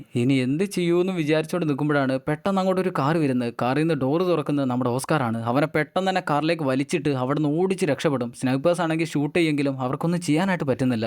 ഇതേ സമയത്ത് നഗരത്തിലാണെങ്കിൽ നാട്ടുകാരുടെ എല്ലാവരുടെയും പ്രതിഷേധം ഒന്നുകൂടെ രൂക്ഷമായിട്ടുണ്ട്. മാത്രമല്ല ഈ പ്രതിഷേധങ്ങൾക്കെല്ലാം നേതൃത്വം കൊടുക്കുന്നത് സോഷ്യൽ മീഡിയ വഴി ഒരു വീഡിയോ ഇടുന്ന മഞ്ഞ മാസ്ക് ഇട്ട് വീഡിയോ ചെയ്യുന്ന ആളുകളാണ്. എന്നാൽ ഈ മഞ്ഞ മാസ്ക് ഇട്ട് വീഡിയോ ചെയ്യുന്ന ആളുകൾ ആരാന്ന് വെച്ചാൽ ഈ ആശാന്റെ കള്ളിത്താടിയുടെ ആളുകൾ തന്നെയാണ്. അവർ തന്നെയാണ് ഈ വീഡിയോകളെല്ലാം ചെയ്ത് സോഷ്യൽ മീഡിയയിലെല്ലാം അപ്ലോഡ് ചെയ്യുന്നത്. ഇതെല്ലാം എന്തിനാണ് ചെയ്യുന്നതെന്ന് വെച്ചാൽ ഈ നാട് എന്തിനോ കുട്ടിച്ചോറാക്കാനുള്ള പരിപാടിയാണ്. പക്ഷെ അത് എന്തിനാണെന്നറിയില്ല, എന്തിനോ അവർ ഈ പരിപാടികളെല്ലാം ചെയ്യുന്നുണ്ട്. ജനങ്ങളാണെങ്കിൽ മഞ്ഞ മാസ്കാർ പറയുന്ന നേരം ഓടും, അവർ പറയുന്ന നേരം ചാടും, ആക്രമിക്കാനായിട്ട് പറയുന്ന നേരം ആക്രമിക്കും. അവർക്കറിയില്ല അവരിങ്ങനെ മണ്ടന്മാരാവണമെന്നുള്ള കാര്യം. ഇതേ സമയത്ത് സോയോ അവളുടെ കുറച്ച് ഫ്രണ്ട്സിന്റെ അടുത്തേക്കാണ് പോകുന്നത്. ഈ സോയോ ആരാന്ന് വെച്ചാൽ ഈ ബോംബ് വെച്ചിരുന്ന പെണ്ണില്ലായിരുന്നു അവൾ അവളുടെ കുറച്ച് ഫ്രണ്ട്സിന്റെ അടുത്തേക്കാണ് ചെല്ലുന്നത്. അവിടെ ഒരു പൊന്തക്കാട് മുടിയുന്നുണ്ട്. അവനോട് സംഭവിച്ച കാര്യങ്ങളെല്ലാം പറയും. എന്നെ എങ്ങനെയാലും ഒന്ന് രക്ഷിക്കണം എന്നാണ് പറയാ. അത് കേൾക്കുന്ന നേരം അവനും അതിന് സമ്മതിക്കും. ഇതേ സമയത്ത് ഓസ്കാർ അവളുടെ ഡാറ്റകളെല്ലാം അവന്റെ ഫോണിലേക്ക് മാറ്റി വെച്ചിരുന്നല്ലോ. ആ ഡാറ്റകളെല്ലാം നോക്കിയിട്ട് അവൾ ഏറ്റവും കൂടുതൽ സ്പെൻഡ് ചെയ്യുന്ന സ്ഥലങ്ങളെല്ലാം മനസ്സിലാക്കിയിട്ട് അവൾ ഇപ്പം നിൽക്കുന്ന സ്ഥലം മനസ്സിലാക്കും. പോകുന്ന വഴിക്ക് മൈക്കിളിനോട് പറയും, ഞാൻ ഈ മിഷൻ ചെയ്ത് അവസാനിപ്പിക്കുന്നത് വരെ നീ എൻ്റെ കൂടെ നിന്നാൽ ഞാൻ നിന്നെ ഈ കേസിൽ നിന്ന് സുഖമായിട്ട് പുറത്തിറക്കി തരാം. മാത്രമല്ല CIA-യിൽ നിനക്ക് ഞാനൊരു ജോലിയും തരാം. എന്തായാലും കുറച്ച് ഭയന്നുകൊണ്ടാണെങ്കിലും ഹീറോ അതിന് സമ്മതിക്കും. അങ്ങനെ നേരെ ചെന്ന് അവിടെ ഇറങ്ങി അവിടെയുള്ള ഗ്യാരേജിന്റെ ഡോറ് മുട്ടുന്ന നേരം ഒരുത്തനാണ് വാതിൽ ഉറക്കുന്നത്. ഇവിടേക്ക് സോയോ എന്നൊരു പെണ്ണ് വന്നിരുന്നോ എന്ന് ചോദിക്കുന്ന നേരം ഇവിടെ സോയോയും പായോയും ഒന്നുമില്ല, ഇവിടെ ആരും ഇല്ല എന്ന് പറയും. അല്ല അതെന്റെ കൂട്ടുകാരിയാണെന്ന് ഓസ്കാർ പറയുന്ന നേരം അയാൾ പറയും അതിന് എനിക്ക് നിങ്ങളറിയില്ലല്ലോ. എന്നിട്ട് ഡോർ അടയ്ക്കാൻ നേരം ഓസ്കാർ പെട്ടെന്ന് തന്നെ ഡോറും തുറന്ന് അവന്റെ കൊല്ലിക്ക് പിടിക്കും. ഇത് കാണുന്ന പൊന്തക്കാടനും സോയയും കൂടെ അവിടെ നിന്ന് ഓടി രക്ഷപ്പെടും. എന്നാൽ തൊട്ടു പിന്നാലെ ഒരു മട്ടലുമായിട്ട് ഒരുത്തൻ ഓസ്കാറിനെ അടിയാനായിട്ട് വരുന്ന നേരം അവൻ മാറിയെന്ന് അവൻ അടിച്ചു താഴിട്ട് അവന്റെ അണ്ണാക്കിലേക്ക് ഗണ്ണ് വെച്ചു കൊടുക്കും. അന്നേരമാണ് പുറത്തുനിന്ന് എന്തോ ഒരു ശബ്ദം കേൾക്കുന്നത്. അവർ പുറത്തേക്ക് വന്ന് നോക്കുമ്പോഴാണ് കാണുന്നത് അവരുടെ കാറിന് ആ ടീമുകളെല്ലാം കൂടെ തീയിട്ട് വെച്ചിരിക്കുകയാണ്. പെട്ടെന്ന് ഉള്ളിലുണ്ടായിരുന്ന രണ്ടെണ്ണം കൂടെ പുറത്തേക്ക് ഓടി വന്ന് അവരുടെ കൂടെ വണ്ടിയിൽ കയറി അവിടെ നിന്ന് ഓടി രക്ഷപ്പെടും. ഓടിയല്ല വണ്ടിയിൽ ഓടിച്ച് രക്ഷപ്പെടും. നമ്മുടെ ടീമാണെങ്കിൽ റോഡിലേക്ക് ഓടി വരുന്ന നേരം ഒരു ഗോൾഡൻ കളർ ബെൻസ് കാർ വരുന്നുണ്ട്. ആ ബെൻസ് കാറും തടഞ്ഞു നിർത്തി അതിലുള്ളവനെയും പുറത്തിട്ട് അവർ ആ വണ്ടി എടുത്ത് അവിടെ നിന്ന് പോകും. എന്ത് സുഖമല്ലേ, നമുക്കൊരു തോക്കൊക്കെ ഉണ്ടെങ്കിൽ നമ്മൾ വിചാരിക്കുന്ന കാര്യങ്ങളൊക്കെ പെട്ടെന്ന് നടക്കും. എന്തായാലും കാറിൽ പോയിക്കൊണ്ടിരിക്കുന്ന നമ്മുടെ ടീം സോയോയുടെ ഫോണിലെ ഡാറ്റകൾ തന്നെ വെച്ച് അവളുടെ ഫോട്ടോ ഫോട്ടോസ് എല്ലാം നോക്കിയിട്ട് പൊന്തക്കാടൻ എവിടെയാണ് ജോലി ചെയ്യുന്നതെന്ന് മനസ്സിലാക്കും. അവനൊരു ബാറിലാണ് ജോലി ചെയ്യുന്നത്. അങ്ങനെ അവർ അവിടേക്കാണ് പിന്നെ ചെല്ലുക. ഇവിടെ താടിയുടെ ടീമാണെങ്കിൽ പോലീസുകാർ ആളുകളെല്ലാവരെയും ക്രൂരമായിട്ട് ആക്രമിക്കുന്ന വീഡിയോകളെല്ലാം ഫേക്കായിട്ട് ഷൂട്ട് ചെയ്ത് ഇന്റർനെറ്റിൽ അപ്ലോഡ് ചെയ്യും. താടിയാണെങ്കിൽ ആ വീഡിയോസ് എല്ലാം കണ്ട് ഓക്കെ ഡീലെന്ന് പറയും. എന്നാൽ അവരിപ്പം നിൽക്കുന്നത് നമ്മുടെ ടീമിന്റെ കാർ കത്തിയ സ്ഥലമില്ലായിരുന്നോ അവിടെയാണ്. കൺട്രോൾ റൂമിലേക്ക് വിളിച്ച് അവരിപ്പോൾ എങ്ങോട്ടാണ് പോയെന്ന് ചോദിക്കുന്ന നേരം അവർക്കത് കണ്ടുപിടിക്കാൻ പറ്റില്ല. ഇപ്പൊ കാറില്ല, ഡാറ്റ ഇല്ല, ഒന്നുമില്ല. അതുകൊണ്ട് അവർ എങ്ങോട്ടാണ് പോയെന്ന് അവർക്ക് മനസ്സിലാവില്ല. എന്നാൽ താടി ചോദിക്കും ഇവിടെ അടുത്തെവിടെയെങ്കിലും ഒരു കാർ മോഷണം പോയതായിട്ട് പുതിയ റിപ്പോർട്ട് എന്തെങ്കിലും വന്നിട്ടുണ്ടോ. നോക്കുന്നേരം ഒരു ഗോൾഡൻ കാർ മിസ്സായതിന്റെ റിപ്പോർട്ട് വന്നിട്ടുണ്ട്. പെട്ടെന്ന് തന്നെ താടിയും ടീമും ആ golden colour Benz car chase ചെയ്യാനായിട്ട് അത് കണ്ടുപിടിക്കാനായിട്ട് അവിടെ നിന്ന് ഇറങ്ങും. ഇവിടെ നമ്മുടെ ടീമാണെങ്കിൽ ആ പൊന്തമുടിയന്റെ ബാറിന്റെ തൊട്ട് മുന്നിൽ വന്നെത്തി. അങ്ങനെ അവനെ കാത്ത് നിൽക്കുകയാണ്. കുറച്ച് സമയം കഴിയുന്നേരം അവൻ മാത്രമുണ്ട് ബാറിലേക്ക് വന്ന് കയറി ചെല്ലുന്നു. അന്നേരം ഓസ്കാർ പറയും നീ അവന്റെ അടുത്തേക്ക് ചെന്ന് അവന്റെ പേഴ്സും പോക്കറ്റ് അടിച്ചുകൊണ്ട് ഇങ്ങോട്ട് തിരിച്ചു വരണം. അതാണ് ഞാൻ നിനക്ക് തരുന്ന ആദ്യത്തെ ജോലി. എന്നാൽ ഹീറോ ചോദിക്കും ഞാനത് എടുത്തു കൊണ്ടുവന്നാൽ നിങ്ങൾ എന്നെ വെറുതെ വിടുന്നുള്ളത് ഉറപ്പല്ലേ. എന്നാൽ ഓസ്കാർ പറയും നീ പേടിക്കേണ്ട ആവശ്യമൊന്നുമില്ല, നീ ധൈര്യമായിട്ട് അത് ചെയ്യുന്നു. അങ്ങനെ മൈക്കിൾ ഒരു തൊപ്പിയും വെച്ചുകൊണ്ട് ആ ബാറിലേക്ക് മെല്ലെ കയറി ചെല്ലും. അവിടുന്ന് ഒരു പത്രം എടുത്തുകൊണ്ട് പൊന്തക്കാടൻ സർവേ ചെയ്യുന്ന കൗണ്ടറിന്റെ തൊട്ട് മുന്നിലായിട്ട് ചെല്ലും. അവിടെ ചെന്ന് നിൽക്കും. എന്നാൽ അവൻ ആ കൗണ്ടറിന്റെ അകത്ത് നിന്ന് മധ്യ എല്ലാവർക്കും സർവേ ചെയ്തുകൊണ്ട് നിൽക്കുകയാണ്. അവനെ എങ്ങനെയാലും പുറത്തെത്തിച്ചിട്ട് വേണം അവന്റെ പോക്കറ്റിൽ നിന്ന് ആ പേഴ്സ് എടുക്കാനായിട്ട്. മൈക്കിളാണെങ്കിൽ ആദ്യം തന്നെ അവന്റെ പേഴ്സിലേക്ക് നല്ലപോലെ ഒന്ന് നോക്കും. എന്നിട്ട് തൊട്ടടുത്ത് നിൽക്കുന്ന ഒരു ജിമ്മന്റെ ഫോണിലേക്ക് നോക്കും. അതിന്റെ തൊട്ടടുത്തായിട്ട് തന്നെ ഒരു വൈൻ ഗ്ലാസും കിടക്കുന്നുണ്ട്. മൈക്കിൾ നൈസായിട്ട് ആ പത്രം തുറന്ന് ആരും അറിയാതെ ആ ജിമ്മന്റെ ഫോൺ മെല്ലെ എടുത്ത് തൊട്ടടുത്തുണ്ടായിരുന്ന വെയിറ്ററുടെ പോക്കറ്റിലേക്ക് ഇട്ട് കൊടുക്കും. വെയിറ്റർ ആണെങ്കിൽ സർവേ ചെയ്യാനായിട്ട് അവിടുന്ന് പോവുകയും ചെയ്യും. എന്നാൽ അപ്പോഴാണ് ജിമ്മൻ ഫോൺ കാണാതെ പ്രശ്നം ഉണ്ടാക്കുന്നത്. എൻ്റെ ഫോൺ എവിടെ എന്ന് ചോദിക്കുന്ന നേരം അവന്റെ കൂടെയുള്ള ആളുകൾ അവന്റെ ഫോണിലേക്ക് കോൾ ചെയ്യും. എന്നാൽ ദൂരെ നിൽക്കുന്ന വെയിറ്ററുടെ പോക്കറ്റിൽ നിന്നാണ് ഫോൺ റിങ് ചെയ്യുന്നത്. അത് കാണുന്ന അവരെല്ലാവരും കൂടെ ജിമ്മൻ പട എല്ലാവരും കൂടെ അവന്റെ അടുത്ത് പോയിട്ട് അവനോട് അടി ഉണ്ടാക്കുകയാണ്. ഇത് കാണുന്ന പൊന്തപൊടിയൻ നിങ്ങൾ എന്താടോ അവിടെ കാണിക്കുന്നതെന്ന് ചോദിച്ച് പ്രശ്നം സോൾവ് ചെയ്യാനായിട്ട് പുറത്തേക്ക് ഇറങ്ങുന്ന നേരം നമ്മുടെ ആൾ വൈനിന്റെ ഗ്ലാസ് തുറക്കുന്ന ഡോറിന്റെ തൊട്ട് മുന്നിലേക്ക് വെച്ചെടുക്കും. പൊന്തപൊടിയൻ ഡോർ തുറക്കുന്ന നേരം ആ വൈൻ ഗ്ലാസ് തൊട്ടടുത്ത് നിൽക്കുന്ന ഒരു സ്ത്രീയുടെ മേലേക്കാണ് വീഴുന്നത്. അവളുടെ ബോയ് ഫ്രണ്ട് ആണെങ്കിൽ നീ എന്താടോ കാണിച്ചതെന്ന് ചോദിച്ച് അവനെ ഞെട്ടിയാണ്. എന്നാൽ ആ ഗ്യാപ്പിൽ മൈക്കിൾ അവന്റെ പേഴ്സ് എടുത്ത് അതിൽ നിന്ന് അവന്റെ ID കാർഡ് മാത്രം മാറ്റി വെച്ച് പേഴ്സ് തിരിച്ച് അവന്റെ പോക്കറ്റിൽ തന്നെ വെച്ചെടുക്കും. അങ്ങനെ തിരിച്ച് ഓസ്കാറിന്റെ അടുത്ത് എത്തുന്ന നേരം അവന്റെ ID കാർഡ് നോക്കിയിട്ട് അവൻ എവിടെയാണ് താമസിക്കുന്നതെന്ന് മനസ്സിലാക്കും. ഏതോ ഒരു ഫ്ലാറ്റിലാണ്, ഏതോ ഒരു അപ്പാർട്ട്മെന്റിലാണ് അവൻ താമസിക്കുന്നത്. അങ്ങനെ അവർ നേരെ അവിടേക്ക് വെച്ച് പിടിക്കും. പോകുന്ന വഴിക്കാണെങ്കിൽ ജനങ്ങളുടെ പ്രതിഷേധമാണ് മുഴുവനും. പോലീസുകാർ ഇമാതിരി ഓരോ പ്രശ്നങ്ങൾ കാണിച്ചു വെച്ചാൽ ജനങ്ങൾക്ക് പിന്നെ വെറുതെ നിൽക്കാനായിട്ട് പറ്റില്ലല്ലോ. നമ്മുടെ ആൾക്കാരാണെങ്കിൽ അവന്റെ ഫ്ലാറ്റിലെത്തി അവന്റെ റൂമിലേക്ക് വന്ന് വാതിലും ചവിട്ടി പൊളിച്ചകത്തേക്ക് കയറി ചെല്ലുന്ന നേരം ഒരമ്മൂമ്മ മാത്രമാണ് അവിടെ ഇരിക്കുന്നത്. പെട്ടെന്ന് സോയ ചാടി വന്ന് മൈക്കിളിന്റെ കഴുത്തിൽ കത്തിയും വെച്ചോണ്ട് അവിടെ നിൽക്കും. ഞാൻ ഇവനെ കൊല്ലൂന്ന് പറയുന്ന നേരം ഓസ്കാർ പറയും ഓ നീ എന്നാ പിന്നെ അവനെ കൊന്നോ, ലോകത്തിൽ ഒരു വാഴ കുറഞ്ഞു പോകും, അത്രേ ഉള്ളൂ. അവളാണെങ്കിൽ ഇനിയിപ്പോൾ എന്ത് ചെയ്യുമെന്ന് വിചാരിക്കുമ്പോൾ ഓസ്കാർ മെല്ലെ നടന്നു വന്ന് പെട്ടെന്ന് അവളുടെ കത്തിയും പിടിച്ചു വാങ്ങി അവളെ താഴെ കിടത്തും. എന്നിട്ട് അവളോട് പറയും മോളെ ഞാനിതൊക്കെ കുറേ കണ്ടതാണ്, ശരിക്കും നീ ഇതിലൊരു പ്രതിയല്ല, നിന്നെക്കൊണ്ട് അവരെന്തൊക്കെയോ ചെയ്യുകയാണ്, നീ ഇതെല്ലാം ആരാണ് ചെയ്തത്, നിന്നെക്കൊണ്ട് ആരാണ് ഇതെല്ലാം ചെയ്യിക്കുന്നതെന്നല്ല എന്നോട് പറയുകയാണെങ്കിൽ നിന്നെ ഞാൻ ഇതിൽ നിന്നും പുറത്തിറക്കി തരാം. അങ്ങനെ അവളുടെ കെട്ടുവിൻ്റെ പേര് പറഞ്ഞു കൊടുക്കും. അങ്ങനെ അവരെല്ലാവരും കൂടെ അവളുടെ വീട്ടിലേക്ക് പോകുന്ന വഴിക്ക് കള്ളിത്താടിയുടെ ആളുകൾ വഴിയിൽ നിന്നും അവരുടെ കാറിന് ഷൂട്ട് ചെയ്യും. എന്നാൽ ഓസ്കാർ അവരുടെ കാറിനിട്ട് ഒരു ഒറ്റ ഇടിയും കൊടുത്ത് അവിടെ നിന്ന് എസ്കേപ്പ് ആവും. അങ്ങനെ നേരെ വരുന്നത് അവളുടെ വീട്ടിലേക്കാണ്. അകത്തേക്ക് ഗണ്ണുമായിട്ട് കയറി ചെന്ന് ഓരോ റൂമുകളും സെർച്ച് ചെയ്തുകൊണ്ട് നിൽക്കുമ്പോഴാണ് മനസ്സിലാവുക അവിടെ കെട്ടിയൻ തൂങ്ങി മരിച്ചു കിടക്കുകയാണ്. തൂങ്ങി മരിച്ചതാണോ ഇനിയിപ്പോൾ അവരെങ്ങാനും കൊന്നു കെട്ടി തൂക്കിയതാണോ അതൊന്നും അറിയില്ല. നമ്മുടെ സോയോക്കാണെങ്കിൽ അതൊന്നും സഹിക്കാൻ പറ്റാതെ അവിടെ നിന്ന് കരയാണ്. ഓസ്കാർ അവന്റെ ബോഡിയെല്ലാം ചെക്ക് ചെയ്ത് നോക്കുന്ന നേരം അവന്റെ കയ്യിൽ ഒരു പുലിയുടെ ടാറ്റു കാണാം. അത് എന്തിന്റെ ടാറ്റു ആണെന്ന് അറിയില്ല, പക്ഷേ പുലിയുടെ ഒരു ടാറ്റു ഉണ്ട്. എന്നിരുന്നാലും ആ റൂമിൽ വെച്ച് എന്തെങ്കിലും കിട്ടുമെന്ന് അറിയാനായിട്ട് അവർ സെർച്ച് ചെയ്ത് നോക്കുമ്പോഴാണ് അവിടെ ഒളിപ്പിച്ച് വെച്ച നിലയിൽ ഒരു പോലീസിന്റെ ID കാർഡ് കിട്ടുന്നത്. അവർക്ക് അപ്പോഴാണ് മനസ്സിലാവുക സോയോയുടെ ഭർത്താവ് ഒരു അണ്ടർ കവർ ഏജന്റ് പോലീസാണ്, ഒരു രഹസ്യ പോലീസാണ്. സോയോക്കാണെങ്കിൽ അത് വിശ്വസിക്കാനായിട്ട് പറ്റില്ല. അവളുടെ മനസ്സിൽ ഇത്രയും കാലം അവളുടെ കെട്ടിയവൻ ഒരു സാധാരണക്കാരനായിരുന്നു എന്നാണ്. എന്നാൽ ഇപ്പോഴാണ് കാര്യങ്ങളെല്ലാം മനസ്സിലാവുന്നത്. ശരിക്കും അങ്ങേരാണ് അവളുടെ കെട്ടിയവനാണ് കള്ളിത്താടിക്ക് ബോംബെല്ലാം ഉണ്ടാക്കാനുള്ള സാധനങ്ങളെല്ലാം എത്തിച്ചു കൊടുക്കുന്നത്. ഓസ്കാർ ആണെങ്കിൽ അപ്പം തന്നെ ഓഫീസിലേക്ക് വിളിച്ച് ഇതുവരെ നടന്ന സംഭവങ്ങളെല്ലാം പറഞ്ഞു കൊടുക്കും. എന്നാൽ അവിടെ നിന്ന് അവർ പറയും നിങ്ങൾ അവിടെ തന്നെ നിന്നാൽ മതി, അവിടെ നിന്ന് പുറത്തേക്കൊന്നും ഇറങ്ങണ്ട, നിങ്ങളെ പിക്ക് ചെയ്യാനായിട്ട് നാളെ രാവിലെ തന്നെ അവിടെ ഒരു വണ്ടി എത്തും, അതിൽ മാത്രം നിങ്ങൾ തിരിച്ചു വന്നാൽ മതി. പിറ്റേന്ന് രാവിലെ വാസ്കോയുടെ ബോസ് അതായത് CIA മഞ്ഞമുടിക്കാരി അവൾ മന്ത്രിയുടെ അടുത്തേക്ക് വന്ന് പറയും ശരിക്കും ഈ ബോംബെല്ലാം ഉണ്ടാക്കാനായിട്ട് തീവ്രവാദികളെ സഹായിക്കുന്നത് അണ്ടർ കവർ ഏജന്റ് ആയിട്ടുള്ള ഒരു പോലീസുകാരനാണ്, അതിലുള്ള മതിയായ തെളിവുകളെല്ലാം ഞങ്ങളുടെ കയ്യിലുണ്ട്, മാത്രമല്ല ഒരു ദൃക്സാക്ഷിയും ഞങ്ങളുടെ കയ്യിലുണ്ട്, അവരെ എല്ലാവരെയും നിങ്ങൾ സേഫായിട്ട് നോക്കുന്നുണ്ടെങ്കിൽ അവർ നിൽക്കുന്ന ലൊക്കേഷൻ ഞങ്ങൾ പറഞ്ഞുതരാം. മന്ത്രി എന്തായാലും അതിന് സമ്മതിച്ചു. അങ്ങനെ അവർ നിൽക്കുന്ന ലൊക്കേഷൻ പറഞ്ഞു കൊടുത്തിട്ട് നമ്മുടെ ടീമിനെ വിളിച്ചു പറയും മന്ത്രിയും ടീമും നിങ്ങളെ കൂട്ടാനായിട്ട് ഇപ്പോൾ അവിടെ വരുമെന്ന്. എന്നിട്ട് തിരിയുന്നേരാണ് പെട്ടെന്ന് മന്ത്രി ഗണ്ണെടുത്ത് അവളുടെ നെറ്റിക്കിട്ട് ഒരു ഒറ്റ ഷോട്ട് കൊടുക്കുന്നത്. അപ്പോഴാണ് മനസ്സിലാവുക ഈ മന്ത്രിയും ശരിക്കും ആ കള്ളിത്താടിയുടെ ആളുകളാണ്. ശരിക്കും ഇങ്ങനാണോ അങ്ങേരാണോ ബോസ് എന്നറിയില്ല, അവരൊരുമിച്ച് ചെയ്യുന്ന എന്തോ ഒരു പരിപാടിയാണിത്. അങ്ങനെ കുറച്ച് സമയം കഴിയുമ്പോഴേക്ക് താടിയുടെ ടീമുകൾ എല്ലാവരും കൂടെ നമ്മുടെ ടീമിനെ പിക്ക് ചെയ്യാനായിട്ട് വരും. അങ്ങനെ അവരെല്ലാവരും അവരുടെ വാനിൽ കയറിയിട്ട് അങ്ങനെ പോവുകയാണ്. പോകുന്ന വഴിക്ക് റാപ്പിഡ് ഫോഴ്സിലുള്ള 2 പേര് പരസ്പരം എന്തോ ഒരു സിഗ്നൽ കൈമാറുന്നുണ്ട്. എന്നാൽ ഇത് കാണുന്ന സോയോക്ക് അതിലൊരുത്തനെ കാണുന്ന നേരം അവൾക്ക് എവിടെയോ കണ്ടു പരിചയം തോന്നും. ചിന്തിച്ച് നോക്കുമ്പോഴാണ് മനസ്സിലാവുക അവളെ കെട്ടിയോൻ രക്ഷപ്പെടാനായിട്ട് പറഞ്ഞയച്ചില്ലായിരുന്നോ. അന്നേരം താഴെ വന്ന് അവൾ ഒരു സ്ഥലത്ത് ഒളിച്ചു നിന്ന് നോക്കി നിന്നു. അന്നേരം അവസാനമായിട്ട് ഒരുത്തം കയറിപ്പോയില്ലായിരുന്നോ, അവനാണ് ഇവൻ. അത് കാണുന്ന അവൾ ചെറുതായിട്ടൊന്ന് ഓസ്കാറിന് സിഗ്നൽ കൊടുക്കുന്നുണ്ട്, ഇത് നമ്മൾ വിചാരിച്ച ആളുകളല്ല എന്ന്. അതേ സമയത്താണ് അവന്റെ ഫോണിലേക്ക് ഒരു കോൾ വരുന്നത്. ആ കോൾ എടുക്കാനായിട്ട് അവൻ ഫോൺ ചെവിയിലേക്ക് വെക്കുന്ന നേരം അവന്റെ കയ്യിൽ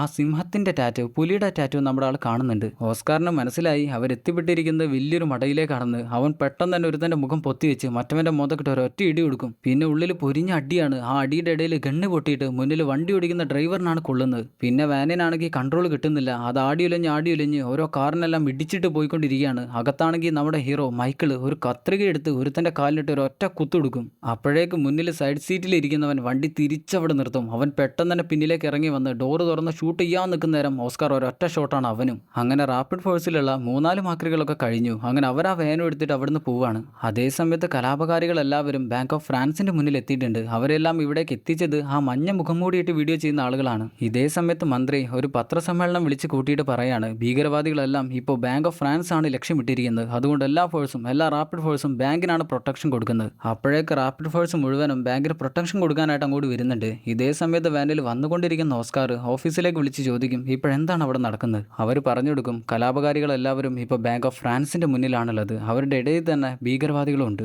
അതുകൊണ്ട് തന്നെ റാപ്പിഡ് ഫോഴ്സ് ഇപ്പോൾ ബാങ്കിന് പ്രൊട്ടക്ഷൻ കൊടുക്കാനായിട്ട് പോയിട്ടുണ്ട്. ഇത് കേൾക്കുന്ന ഓസ്കാർ പറയും, അവർ മോഷ്ടിക്കാൻ വെച്ച ബാങ്കിന് അവർ തന്നെ പ്രൊട്ടക്ഷൻ നിൽക്കുക, ഇതെന്ത് പരിപാടി. അത് കഴിഞ്ഞവൻ അവന്റെ ബോസിലായിരുന്നോ മഞ്ഞമുടിക്കാരി, അവളെ കോൾ ചെയ്ത് നോക്കും. എന്നാൽ കോൾ കണക്ട് ആവുന്നില്ല. അവൻ കുറച്ച് സമയമായി അവളെ കോൾ ചെയ്യുന്നു. ഇതുവരെ കണക്ട് ആവാത്തത് കാണുമ്പോൾ തന്നെ അവന് മനസ്സിലാവും അവൾക്ക് എന്തോ ഒന്ന് സംഭവിച്ചു എന്നുള്ള കാര്യം. അതേ സമയത്ത് തന്നെ റാപ്പിഡ് ഫോഴ്സ് മുഴുവനും ബാങ്കിലേക്ക് എത്തിയിട്ടുണ്ട്. അവരിപ്പോൾ ബാങ്കിന്റെ ഫുൾ കൺട്രോളും ഏറ്റെടുത്ത് കഴിഞ്ഞു. ഇതേ സമയത്താണ് നമ്മുടെ ടീം വാനിൽ ബാങ്കിന്റെ മുന്നിലെത്തുന്നത്. ഓസ്കാർ വണ്ടിയിൽ നിന്നും പിന്നിലേക്ക് കയറി വന്ന് അവിടെയുള്ള റാപ്പിഡ് ഫോഴ്സിന്റെ യൂണിഫോം എല്ലാം ഇട്ട് കഴിഞ്ഞ് നമ്മുടെ ടീമിനോട് പറയും, ഞാൻ ഇപ്പോൾ ഇവിടെ നിന്ന് ഇറങ്ങി ബാങ്കിലേക്ക് പോവാണ്. നിങ്ങൾ രണ്ടുപേരും ഇവിടെ തന്നെ ഒരു അക്ഷരം പോലും മിണ്ടാതെ ഇവിടെ ഇരിക്കണം, ഓക്കെ. എന്നിട്ട് അവൻ യൂണിഫോമിൽ ബാങ്കിന്റെ ബേസ്മെന്റിലേക്കാണ് വരുന്നത്. അവിടെയാണെങ്കിൽ അകത്തേക്ക് കയറുന്ന ഭാഗത്തായിട്ട് രണ്ടുപേര് സെക്യൂരിറ്റി ആയിട്ട് നിൽക്കുന്നുണ്ട്. അവൻ ഈ യൂണിഫോം ഇട്ടതുകൊണ്ട് തന്നെ അവർക്ക് വലിയ സംശയമൊന്നും ഉണ്ടാവില്ല.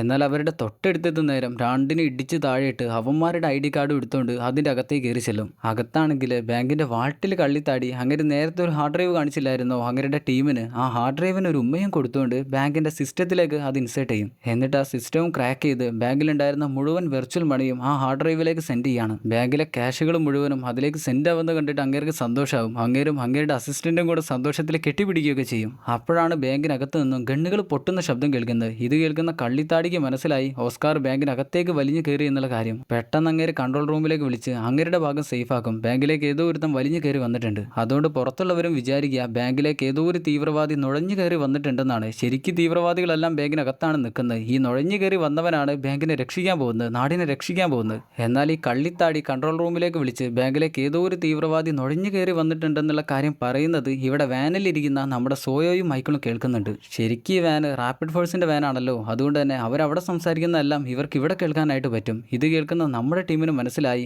ഓസ്കാർ വലിയൊരു പ്രശ്നത്തിലാണ് ഇപ്പോൾ പെട്ടിരിക്കുന്നത്. നമുക്കിപ്പോൾ തന്നെ അവനെ രക്ഷിക്കണമെന്ന് സോയോ പറയുന്ന നേരം മൈക്കിൾ ചോദിക്കും, നമ്മൾ എങ്ങനെയാണ് ഇവനെ രക്ഷിക്കുക, നമ്മൾ രണ്ടുപേരും വെച്ചിട്ട് നമ്മൾ എന്താ ഇവിടെ കാണിക്കാനായിട്ട് പോകുന്നത്. അവൾ പുറത്തേക്ക് ഇറങ്ങാൻ നേരം പറയും, നമ്മൾ രണ്ടുപേരാണെന്ന് നിന്നോട് ആരാ പറഞ്ഞ്, നമ്മൾ ഇഷ്ടം പോലെ ആളുകളുണ്ട്, നമ്മളിപ്പോൾ തന്നെ ചെന്നേ പറ്റൂന്നും പറഞ്ഞ് അവനെയും കൂട്ടിയിട്ട് ആ ആളുകളുടെ ഇടയിലേക്ക്, കലാപകാരികളുടെ ഇടയിലേക്കാണ് ചെല്ലുന്നത്. കലാപക്കാരും പോലീസുകാരും ആണെങ്കിൽ തമ്മിൽ അങ്ങോട്ടും ഇങ്ങോട്ടും നോക്കിയിട്ട് തല്ലൂടാ കുത്തൂടാന്ന് പറഞ്ഞ് അങ്ങനെ നിൽക്കുകയാണ്. തമ്മിലൊന്നും സംഭവിക്കുന്നില്ല. എന്നാൽ മുന്നിലേക്ക് ഓടി വരുന്ന സോയോ പോലീസുകാരുടെ അടുത്തേക്കാണ് ഓടിച്ചില്ല. പോലീസുകാരുടെ ഷീൽഡിനിട്ട് പോയിട്ട് ഇടിച്ചു നിൽക്കുന്ന നേരം അവർ പെട്ടെന്ന് തന്നെ അതും തുറന്ന് അവൾ അതിൻ്റെ അകത്തേക്ക് കയറ്റി കളയും. എന്നാലും ആളുകളൊന്നും അനങ്ങുന്നില്ല. ഇത് കാണുന്ന മൈക്കിളും ഓടി പോലീസുകാരുടെ അടുത്തേക്ക് പോയിട്ട് ചവിട്ടും. പെട്ടെന്നാണ് എല്ലാവരും പോലീസുകാരുടെ മേലേക്ക് അടിച്ചു കയറുന്നത്. പിന്നെ പോലീസുകാർക്കൊന്നും ചെയ്യാൻ പറ്റില്ല. പോലീസുകാരെയും താണ്ടി വരുന്നവർ ബാങ്കിന്റെ ഡോറ് കുത്തി തുറന്ന് അകത്തേക്ക് കയറി വരും. ഇതേ സമയത്താണെങ്കിൽ അകത്ത് ഓസ്കാർ എല്ലാവരെയും ഷൂട്ട് ചെയ്ത് അവസാനം ബുള്ളറ്റും തീർന്ന് പെട്ടു എന്ന് വിചാരിക്കുന്ന സമയത്താണ് ബാങ്കിലേക്ക് ആളുകളെല്ലാം അടിച്ചു കയറി വരുന്നത്. റാപ്പിഡ് ഫോഴ്സ് എല്ലാം അതിന്റെ ഇടയിൽ പെട്ടുപോകുന്ന നേരം ഓസ്കാർ എഴുന്നേറ്റ് ഓരോന്നിനെയും ഷൂട്ട് ചെയ്ത് അകത്തേക്ക് ബാങ്കിന്റെ വാൾട്ടിലേക്കാണ് ചെല്ലാൻ പോകുന്നത്. മൈക്കിളാണെങ്കിൽ വാനിൽ നിന്ന് കിട്ടിയ വയർലെസ്സിൽ ഓസ്കാർ സേഫ് ആണോ എന്ന് അറിയാനായിട്ട് നിങ്ങൾ സേഫ് ആണോ എന്ന് ചോദിക്കുന്ന നേരം നമ്മുടെ ആൾ ദൂരെ നിന്നും പറയുന്നുണ്ട്, ഞാൻ ഇവിടെയുണ്ട്, ഞാൻ സേഫാണ്. എന്തായാലും അവന് മനസ്സിലായി അവരാണ് അവനെ രക്ഷിച്ചതെന്നുള്ള കാര്യം. അങ്ങനെ ബാങ്കിന്റെ വാൾട്ടിലേക്ക് ചെല്ലാനായിട്ട് അവൻ ലിഫ്റ്റിൽ കയറിയിട്ട് താഴേക്ക് ഇറങ്ങും. എന്നാൽ ഇവിടെ നടക്കുന്ന കാര്യങ്ങളെല്ലാം കൺട്രോൾ റൂമിലുള്ള ആളുകൾക്ക് മനസ്സിലായി. റാപ്പിഡ് ഫോഴ്സിന്റെ ആളുകളെല്ലാം കുറെ പേര് മരിച്ചു, കലാപകാരികളെല്ലാം ഈ അകത്തേക്ക് കയറി വന്നിട്ടുണ്ട്, ഇതെല്ലാം അവർക്ക് മനസ്സിലായി. എന്നാൽ ഇത് കേൾക്കുന്ന മന്ത്രി ചെറുതായിട്ട് അവിടെ നിന്ന് എസ്കേപ്പ് ആവുന്നുണ്ട്. ഇതെന്തൊക്കെയാണ് സംഭവിക്കാൻ പോകുന്നതെന്ന് ഒന്നും പറയാൻ പറ്റില്ലല്ലോ. ഇവിടെ വാൾട്ടിലെത്തിയ ഓസ്കാർ കാണുന്നത് കള്ളിത്താടി വെർച്വൽ മണിയെല്ലാം അവന്റെ ഹാർഡ് ഡ്രൈവിലേക്ക് സെൻഡ് ചെയ്യുന്നതാണ്. ഇത് കാണുന്ന അവൻ പെട്ടെന്ന് തന്നെ അങ്ങേരോട് ഹാൻഡ്സപ്പിലിട്ട് വെക്കാൻ പറയും. പെട്ടെന്ന് അങ്ങേര് പേടിച്ചു പോയെങ്കിലും പെട്ടെന്ന് തന്നെ ഹാർഡ് ഡ്രൈവ് എടുത്ത് പോക്കറ്റിലാക്കും. അങ്ങേരുടെ ശിഷ്യനാണെങ്കിൽ നമ്മുടെ ഓസ്കാറിന്റെ മുന്നിലേക്ക് ഒരു ഗ്രനേഡ് വിട്ട് ഒറ്റയോട്ടാണ്. അത് പൊട്ടുന്നതിന്റെ മുന്നേ ഓസ്കാർ ഏതോ റൂമിലേക്ക് ഒരു ഒറ്റ ചാട്ടം വെച്ച് കൊടുക്കും. അത് പൊട്ടിക്കഴിയുന്ന നേരം ആ 2 മാക്രികളും കൂടെ ഗണ്ണും പിടിച്ചുകൊണ്ട് നമ്മുടെ ആളെയും തെരഞ്ഞു വരികയാണ്. കണ്ടാൽ അപ്പം തന്നെ കൊന്നളയാൻ. എന്നാൽ നമ്മുടെ ഓസ്കാർ അവിടെ ഉണ്ടായിരുന്ന ഒരു ഗോൾഡ് കോയിന്റെ ബോക്സ് എടുത്ത് അതിനകത്തേക്ക് ഒരു ഗ്രനേഡ് വെച്ച് പിന്നടിച്ച് അവരുടെ മുന്നിലേക്ക് ഇട്ട് കൊടുക്കും. അത് പൊട്ടിത്തെറിക്കുന്ന നേരം ഗോൾഡ് കോയിനാണ് ചെതറുന്നത്. ആ ഗ്യാപ്പിൽ അവൻ കള്ളിത്താടിയെ പിടിച്ച് പുറത്തേക്കിട്ട് ഡോർ അടിച്ച് അങ്ങേരുടെ ശിഷ്യനെ പിടിച്ച് അടിച്ച് താഴെയിട്ട് അവന്റെ നെഞ്ചത്ത് വെച്ചിരുന്ന ഗ്രനേഡിന്റെ പിന്ന് ഊരി മാറ്റും. അത് പൊട്ടുന്നേരം നെഞ്ച് കലങ്ങിയാണ് അവൻ മരിക്കുക. ഇതെല്ലാം പുറത്തുനിന്ന് കള്ളിത്താടി കാണുന്നുണ്ട്. അങ്ങേര് ഞെട്ടിത്തരിച്ച് നിൽക്കുമ്പോഴാണ് അങ്ങേരുടെ ഫോണിലേക്ക് മന്ത്രി വിളിക്കുന്നത്. നിങ്ങൾ എന്താണ് അകത്ത് കാണിക്കുന്നത്? പെട്ടെന്ന് തന്നെ മിഷൻ അബോട്ട് ചെയ്ത് പുറത്തേക്ക് വരാൻ പറയും. എന്നാൽ കള്ളിത്താടി ഇതിന് സമ്മതിക്കില്ല. എന്റെ ഹാർഡ് ഡ്രൈവിൽ 1 ബില്യണോളം യൂറോസ് ഉണ്ട്. അതെല്ലാം ഒഴിവാക്കിയിട്ട് എനിക്ക് വരാൻ പറ്റില്ല. നീ ഇപ്പം എനിക്ക് ചെയ്തരണ്ട്. ഇവിടുന്ന് രക്ഷപ്പെടാനുള്ള വഴിയാണ്. എന്നാൽ മന്ത്രി പറയും, എന്റെ കൈകളിൽ ചളി പറ്റിക്കാനായിട്ട് കറ പറ്റിക്കാനായിട്ട് എനിക്ക് താല്പര്യമല്ല. അതുകൊണ്ട് ഞാൻ ഒന്നും ചെയ്തു തരാൻ പോകുന്നില്ല. എന്നാൽ പിന്നെ എന്നെ ആരെങ്കിലും പിടിക്കുകയാണെങ്കിൽ നീയും പെടുകൂടാന്ന് കള്ളിത്താടി തിരിച്ചും പറയും. ഇവിടെ സിസ്റ്റം നോക്കുന്ന ഓസ്കാറിന് മനസ്സിലായി കള്ളിത്താടി ഇവിടെ 1 ബില്യണോളം മുക്കിയിട്ടാണ് പോയിട്ടുള്ളത്. അങ്ങനെയാണ് അങ്ങേര് ഇവിടുന്ന് രക്ഷപ്പെട്ടിട്ടുള്ളത്. അവൻ പെട്ടെന്ന് മൈക്കിളിനെ വിളിച്ച് പറയും, റാപ്പിഡ് ഫോഴ്സിന്റെ യൂണിഫോം ഇട്ടുകൊണ്ട് ഇപ്പോൾ ഒരുത്തം പുറത്തേക്ക് ഇറങ്ങി വരുന്നുണ്ട്. അവന്റെ പോക്കറ്റിൽ 1 ബില്യണോളം യൂറോസ് ആണുള്ളത്. അത് വെർച്വൽ മണിയാണ്. അതുകൊണ്ട് തന്നെ അവന്റെ നെഞ്ചത്തുള്ള പോക്കറ്റിൽ ഒരു ഹാർഡ് ഡ്രൈവിലായിട്ടായിരിക്കും അത് ഉണ്ടാവുക. അത് നീ പോക്കറ്റ് അടിക്കണം. ഇതേ സമയത്ത് കൺട്രോൾ റൂമിൽ മന്ത്രി തിരിച്ചു വന്ന് അവിടെയുള്ളവനോട് പറയും, ഒരു ന്യൂ ഇൻഫർമേഷൻ വന്നിട്ടുണ്ട്. ശരിക്കും ആ കള്ളിത്താടിയാണ് ഇതിന്റെ എല്ലാം പിന്നിൽ കളിക്കുന്നത്. ഇവിടെ കള്ളിത്താടി പുറത്തേക്ക് ഇറങ്ങി വരുന്ന നേരം ഇഷ്ടംപോലെ കലാപകാരികൾ അവിടെയുണ്ട്. അതിന്റെ ഇടയിലൂടെ വരുന്ന നേരം ഒരു മഞ്ഞ മുഖം മൂടി അങ്ങേരെ മെല്ലെ ഒന്ന് വന്ന് ഒരു തട്ടും മുട്ടും കൊടുത്ത് പോകുന്നുണ്ട്. എന്നാൽ കുറച്ച് മുന്നിലേക്ക് നടന്ന് പോക്കറ്റിൽ കൈവച്ച് നോക്കുമ്പോഴാണ് ഹാർഡ് ഡ്രൈവ് കളഞ്ഞു പോയ കാര്യം, ആരോ കട്ടുകൊണ്ടുപോയ കാര്യം അങ്ങേരെ അറിയുന്നത്. അങ്ങേര് പെട്ടെന്ന് തന്നെ ഉറക്കെ വിളിച്ചു പറയും, നീ എവിടെടാ? നീ ഇവിടെ ഉണ്ടെന്ന് എനിക്കറിയാം. നീ എവിടെയെന്ന് ചോദിച്ച് അങ്ങേര് മേലേക്ക് ഗണ്ണ് പൊട്ടിക്കും. എന്നാൽ ചുറ്റുമുള്ള മാസ്കുകളെല്ലാം അങ്ങേര് ഊരി നോക്കുന്നുണ്ട്. ഇതിലേതെങ്കിലും ഒരുത്തൻ അവനാണെങ്കിൽ അങ്ങേര് രക്ഷപ്പെട്ടില്ലേ. എന്നാൽ മാസ്ക് ഊരി അവസാനം അതിൽ പെട്ടുപോകുന്നത് സോയോ ആണ്. ഒരു മാസ്ക് മാറ്റുമ്പോൾ സോയോയാണ് അങ്ങേര് കാണുന്നത്. അവളുടെ തലയിലും ഗണ്ണ് വെച്ചോണ്ട്, നീ എവിടെടാ? ഇങ്ങോട്ട് ഇറങ്ങി വന്നില്ലെങ്കിൽ ഞാൻ ഇപ്പോൾ ഇവിടെ ഷൂട്ട് ചെയ്യുമെന്ന് പറയും. അതേസമയത്ത് തന്നെ പോലീസുകാരെല്ലാവരും വന്ന് അങ്ങേരുടെ നേരെ ഗണ്ണ് എയിം ചെയ്ത് നിൽക്കുന്നുണ്ട്. മൈക്കിൾ ഇപ്പം അങ്ങോട്ട് ചെന്നില്ലെങ്കിൽ അവൻ അവളെ കൊല്ലുമെന്നുള്ളത് കൊണ്ട് തന്നെ മൈക്കിൾ മെല്ലെ എഴുന്നേറ്റ് മാസ്ക് മാറ്റും. ഇത് കാണുന്ന പോലീസുകാർ അവന്റെ നേർക്കും ഗണ്ണ് എയിം ചെയ്യും. കാരണം ഇപ്പൊ എല്ലാവരുടെ മനസ്സിലും ബോംബ് വെച്ചയാൾ മൈക്കിളാണല്ലോ. അതുകൊണ്ട് അവന്റെ നേരെയും ഗണ്ണ് വെച്ചാണ് നിൽക്കുന്നത്. എന്നാൽ കള്ളിത്താടി പെട്ടെന്ന് അടവുമാറ്റും. സോയയെ മാറ്റിയിട്ട് മൈക്കിളിനെ ഷൂട്ട് ചെയ്യാനായിട്ട് ഒരുങ്ങുന്ന നേരം ഓസ്കാർ ഓടി വന്ന് അവനെയും പിടിച്ച് താഴേക്ക് വീഴും. എന്നാലും ഷോട്ട് ഓസ്കാറിന്റെ കൈക്ക് കൊണ്ടു. തൊട്ടു പിന്നാലെ പോലീസുകാർ പടപടാന്ന് ഷൂട്ട് ചെയ്ത് താടിയെ കൊന്നുകളയും. ഇത്രയും ബുള്ളറ്റ് അങ്ങേരുടെ മേലേക്ക് കയറുന്നതുകൊണ്ട് തന്നെ അങ്ങേർക്ക് മരിക്കാതിരിക്കാൻ പറ്റില്ലല്ലോ. അതുകൊണ്ട് അങ്ങേര് മരിച്ചു പോകും. എന്നാൽ എല്ലാം കഴിഞ്ഞ് ഓസ്കാർ മൈക്കിളിനെ നോക്കുന്ന നേരം അവനെ കാണുന്നില്ല. അവൻ ആ ഹാർഡ് ഡ്രൈവുമായിട്ട് അവിടുന്ന് മുങ്ങിക്കഴിഞ്ഞു. അവൻ ഇങ്ങനെ ചെയ്യുമെന്ന് വിചാരിച്ചില്ല.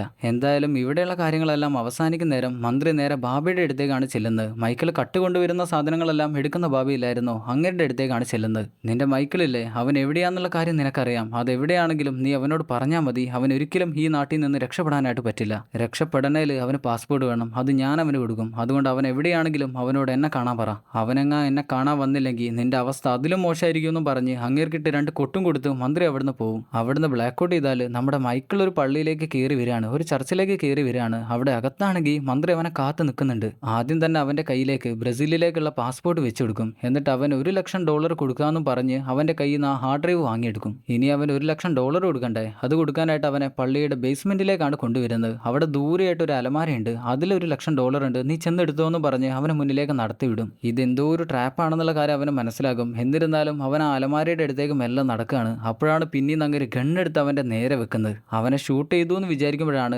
അങ്ങേരുടെ തലയിലേക്ക് മറ്റൊരു ഗണ്ണ് വരുന്നത്. അത് നമ്മുടെ ഓസ്കാറിന്റെ ഗണ്ണാണ്. ശരിക്കും ഇങ്ങേർക്കുള്ള ഒരു ട്രാപ്പായിരുന്നു ഇത്. മന്ത്രി, നിനക്ക് നിന്റെ കൂട്ടുകാരനെ വേണമെങ്കിൽ എന്റെ തലയിൽ നിന്ന് ഗണ്ണ് മാറ്റിക്കോ എന്ന് പറയുന്ന നേരം ഓസ്കാർ തന്നെ അവനൊരൊറ്റ ഷോട്ടാണ്. ബുള്ളറ്റും കൊണ്ട് അവൻ താഴെ വീണു. അപ്പോഴേക്ക് വേറെയും കുറെ പോലീസുകാർ വന്ന് മന്ത്രിയെ അറസ്റ്റ് ചെയ്യും. അതേ സമയത്ത് താഴെ ബുള്ളറ്റും കൊണ്ട് വീണ് കിടക്കുന്ന മൈക്കിൾ ചെറുതായിട്ട് ഞെങ്ങി ഞെരുങ്ങി അങ്ങനെ എഴുന്നേൽക്കുന്നുണ്ട്. ശരിക്കും മൈക്കിൾ ഒരു ബുള്ളറ്റ് പ്രൂഫിന്റെ വെസ്റ്റ് ഇട്ടിരുന്നു. ഓസ്കാർ ആണെങ്കിൽ അതിലേക്കാണ് ഷൂട്ട് ചെയ്തിട്ടുള്ളത്. അങ്ങനെ അവർ പുറത്തേക്ക് ഇറങ്ങി വരുന്ന നേരം മന്ത്രിയെ പോലീസുകാർ അറസ്റ്റ് ചെയ്ത് കൊണ്ടുപോയി. അന്നേരം ഓസ്കാർ മൈക്കിളിനോട് ചോദിക്കും, ആ ഹാർഡ് ഡ്രൈവ് ഇങ്ങത്താ. മൈക്കിൾ പറയും, ഹാർഡ് ഡ്രൈവോ? അത് ഞാൻ മന്ത്രി കൊടുത്തില്ലേ. ഓസ്കാർ അവനൊന്ന് ഇരുത്തി നോക്കുന്ന നേരം അവൻ ചിരിച്ചുകൊണ്ട് ആ ഹാർഡ് ഡ്രൈവ് എടുത്തു കൊടുക്കും. നേരത്തെ മന്ത്രിക്ക് അവൻ ഹാർഡ് ഡ്രൈവ് കൊടുത്തപ്പോൾ തന്നെ അതുപോലെ തിരിച്ചെടുക്കുകയും ചെയ്തിരുന്നു. അങ്ങനെ അതും വാങ്ങി അവർ പുറത്തേക്ക് ഇറങ്ങി നടക്കുന്ന നേരം മൈക്കിൾ ചോദിക്കും, എനിക്ക് CIA ഒരു ജോലി കിട്ടുമെന്ന് പറഞ്ഞില്ലേ, എനിക്ക് എന്ത് ജോലിയാണ് കിട്ടാൻ പോകുന്നത്? ഓസ്കാർ പറയും, നിനക്ക് കാറുമായി ബന്ധപ്പെട്ട ഒരു ജോലിയാണ് കിട്ടാൻ പോകുന്നത്. അത് കേൾക്കുന്ന മൈക്കിളിന്റെ സന്തോഷമാവും. കാറുമായിട്ടോ? എന്താണ്, കാറിൽ ബോംബുണ്ടോ അങ്ങനെ എന്തെങ്കിലുമൊക്കെ നോക്കുന്നതാണോ? അല്ല, സോപ്പും തുണിയൊക്കെ വെച്ച് ഇങ്ങനെ ഉരച്ച് എഴുതുന്നൊരു പരിപാടിയില്ലേ, അതാണ് കിട്ടാൻ പോകുന്നത്.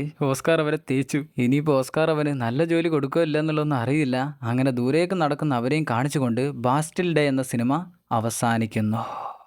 സിനിമ എല്ലാവർക്കും ഇഷ്ടപ്പെട്ടെന്നാണ് വിചാരിക്കുന്നത്. ഈ സിനിമയുടെ സ്ക്രീൻ പ്ലേ കുറച്ച് വേഗത്തിലാണ് പോകുന്നത്. എന്നിരുന്നാലും ഞാൻ പറഞ്ഞതെല്ലാം എല്ലാവർക്കും മനസ്സിലായെന്നാണ് വിചാരിക്കുന്നത്. ചെറിയൊരു മോഷണത്തിൽ തുടങ്ങി സിനിമ വലിയൊരു മോഷണത്തിൽ അവസാനിച്ചു. എന്തായാലും നമ്മൾ ഇന്ന് കണ്ട സിനിമ ഇഷ്ടപ്പെട്ടവർ മറക്കാതെ ഒരു ലൈക്ക് ചെയ്യുക, കമൻറ്റ് ചെയ്യാത്തവർ മറക്കാതെ ഒരു കമൻറ്റ് കൂടെ ചെയ്യുക, ചാനൽ സബ്സ്ക്രൈബ് ചെയ്യാത്തവർ മറക്കാതെ സബ്സ്ക്രൈബ് കൂടെ ചെയ്യുക. എന്നാൽ പിന്നെ നല്ലൊരു സിനിമയായിട്ട് അടുത്ത വീഡിയോയിൽ കാണുന്നവരെ Tata bye bye. Film Chronicle.